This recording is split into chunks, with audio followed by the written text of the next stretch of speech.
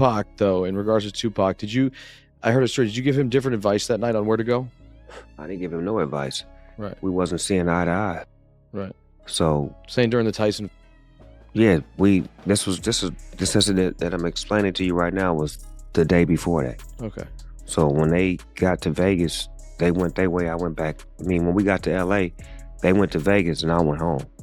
That's why I wasn't in the car. In a surprising turn, Las Vegas police have reopened the investigation into the murder of Tupac Shakur, stirring up a storm of speculation across the hip-hop world. Recent reports hint that major industry figures like Snoop Dogg, Suge Knight, and Diddy could soon face questioning or even arrest as new evidence comes to light. At the heart of the buzz is a chilling theory. Could Snoop Dogg have had a direct connection to the night Tupac was fatally shot? This suspicion grew after an interview surfaced where Snoop revealed he was originally supposed to be in the BMW with Tupac and Suge Knight on that fateful night. But a last-minute change kept him away. The reasoning? A tense fallout between Snoop, Tupac, and Suge just a day earlier.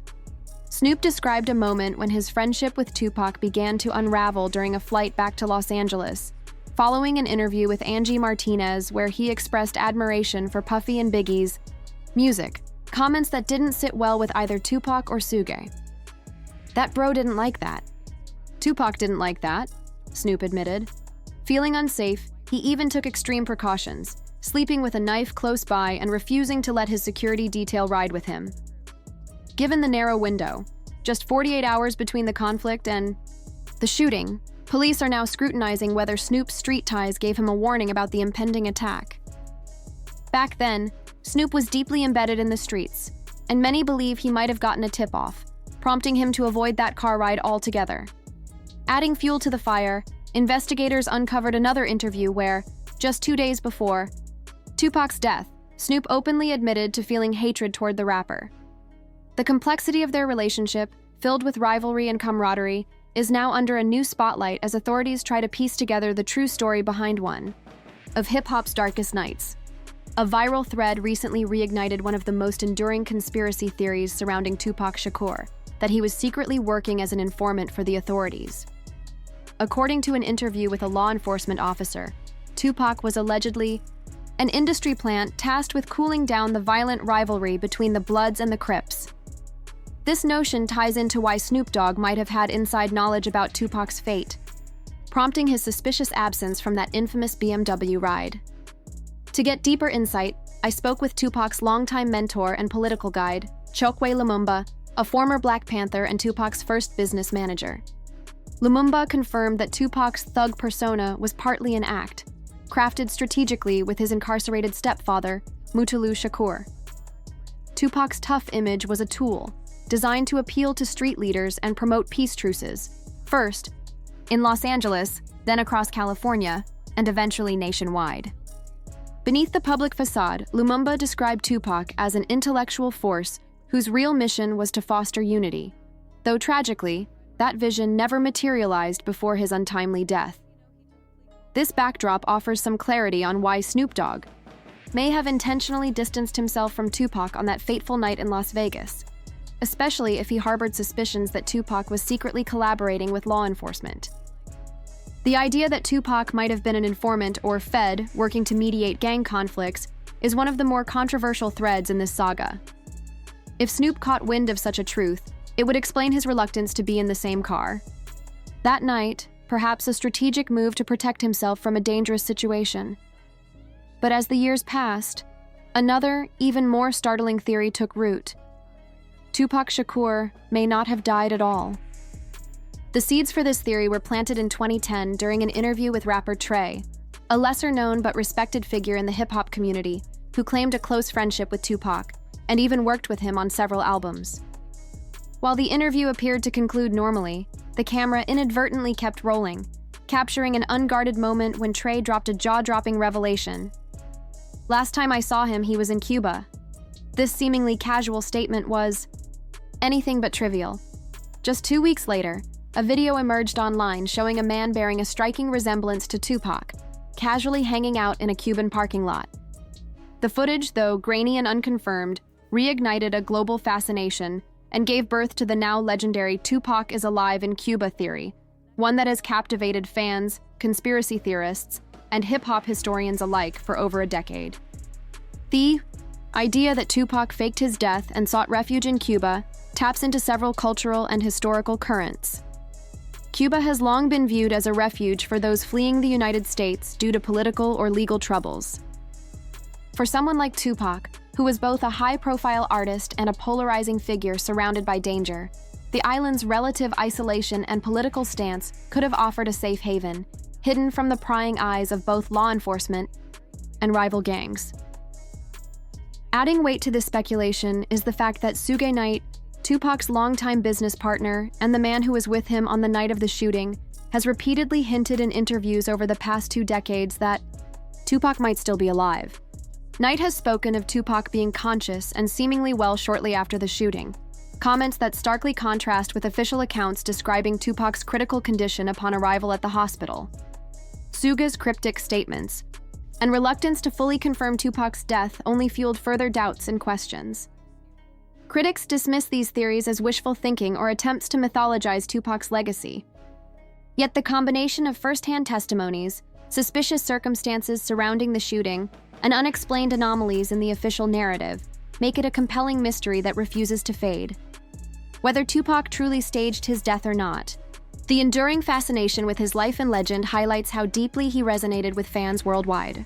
His story is not just one of fame and tragedy, but also of resilience and the quest for peace in a world often marked by violence and betrayal. The mystery surrounding Tupac's fate remains one of hip-hop's greatest unsolved puzzles, one that continues to provoke debate, inspire art, and capture imaginations nearly 3 decades after that infamous night in Las Vegas. Fast forward to 2025, and this idea is gaining even more traction, especially since Suge Knight has publicly stated multiple times over the past 2 decades that Tupac is still alive. In one interview, Suge recalled leaving Tupac's hospital room laughing and joking, questioning how someone could suddenly go from doing well to critically ill. "I don't see how someone can turn from doing well to doing so bad," he said, hinting that Tupac's official death might not tell the whole story. However, police reports contradict Suge's account, stating Tupac arrived at the hospital in a coma.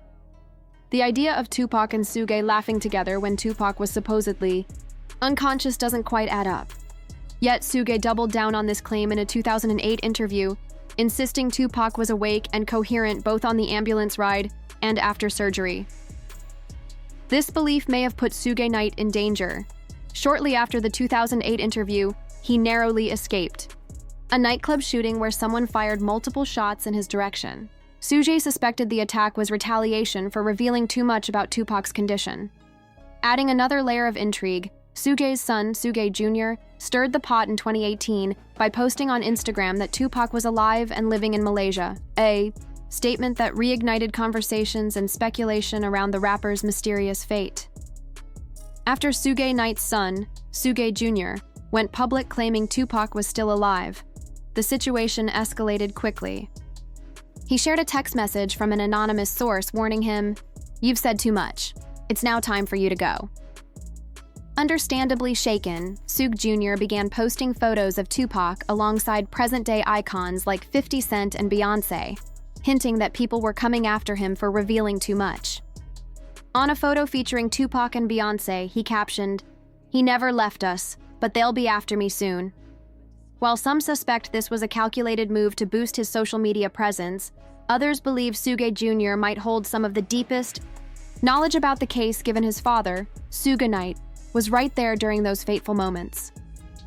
When you place the swirling rumors, theories, and testimonies alongside the official police records from that fateful night, inconsistencies and puzzling gaps emerge, inviting deeper scrutiny into Tupac Shakur's tragic final hours. The timeline begins on September 7, 1996, in Las Vegas. Tupac, accompanied by his close associate Suge Knight, was en route to the MGM Grand to watch a highly anticipated Mike Tyson boxing match. This outing was meant to be a night of celebration and camaraderie, but the atmosphere quickly shifted as they crossed paths with a familiar adversary, Orlando Anderson, also known by his street name, Keffi D, and his entourage. This encounter wasn't random. The tension between Tupac and Orlando traced back years, rooted in a personal dispute in Compton, where Orlando was accused of stealing a necklace from Tupac. The stolen chain wasn't just a piece of jewelry, it symbolized respect and status in their community. Such a theft was a serious slight, and it had lingered as a simmering source of conflict. On this night in Las Vegas, surveillance cameras captured Tupac visibly unsettled upon spotting Orlando and his crew at the MGM Grand lobby. The hostility was palpable, underscoring a deep-seated feud that had not yet been resolved.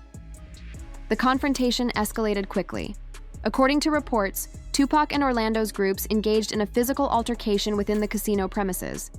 Security personnel intervened swiftly, breaking up the scuffle before it could spiral further out of control.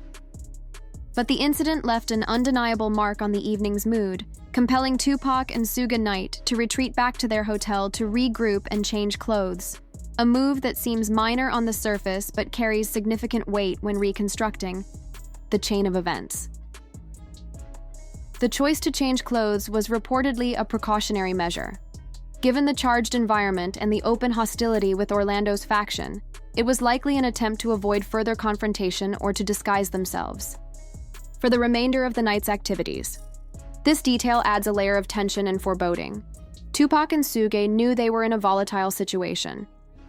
After the wardrobe change, Tupac and Suge ventured out to enjoy the nightlife, moving toward a popular club. As they cruised the Las Vegas Strip in a black BMW, Suge behind the wheel and Tupac in the passenger seat, the night's simmering tensions reached a breaking point. Around 11 p.m., as they stopped at a red light at the intersection of East Flamingo Boulevard and Koval Lane, the white Cadillac carrying Orlando Anderson and associates pulled up alongside them. What happened next would etch itself into history and raise countless questions. The back window of the Cadillac rolled down twice, and gunfire erupted. Tupac was hit multiple times, twice in the chest, once in the arm, and once in the thigh, shattering the night's fragile calm. The assault sent shockwaves through the music world and ignited decades of speculation and investigation. The official records provide a skeletal outline of this timeline, but the gaps, inconsistencies, and eyewitness testimonies continue to fuel theories from targeted retaliation to deeper conspiracies. Understanding the volatile dynamics between Tupac, Orlando Anderson, and their entourages that night is essential to grasping how a night meant for celebration turned into tragedy. Later, cruising down the strip in their black BMW around 11 p.m., Tupac and Suge were stopped at a red light when a white Cadillac carrying Orlando and his crew pulled up alongside them. Suddenly, shots rang out from the Cadillac's back window, 4 bullets striking Tupac. What followed was a mystery for years, with many questions left unanswered. But recently, the case reopened in earnest when an explosive interview surfaced on DJ Vlad's show with Keffi D himself. Keffi described the events leading up to the shooting, explaining how Tupac was spotted hanging out the car window as if on parade. As their vehicles met at the intersection of East Flamingo Boulevard and Koval Lane, Keffi revealed a crucial detail. Tupac reached for a firearm at the stoplight, suggesting he might have sensed the impending attack. Skeptics questioned Keffi's account, but he backed it up by releasing never-before-seen police interrogation footage from that night. In it, he recounts Tupac's behavior moments before the shooting, Tupac leaning out the window, perhaps ready to react. Police files also documented Keffi D's remorse after Tupac's death. "I hate this man," he confessed. "If people hadn't lied, maybe this wouldn't have happened. It was wrong, just wrong. I wish it never happened." The story takes a stranger turn. Keffi D authored a book titled Compton Street Legend, hinting at his knowledge of the crime and those involved. After years of silence, he was suddenly arrested in connection with Tupac's murder. Fans suspect this is a deliberate cover-up designed to derail the investigation and to distract from the theory that Tupac might still be alive. With so much evidence now surfacing, it seems authorities are closing in on the truth. Locking up an elderly man could be a strategic move to slow down public interest and quell the flood of new revelations. At the end of the day, it's Hollywood, with its layers of secrets behind the scenes. So, what do you make of it all? Drop Your thoughts below. What's your take on Tupac's death and these ongoing mysteries?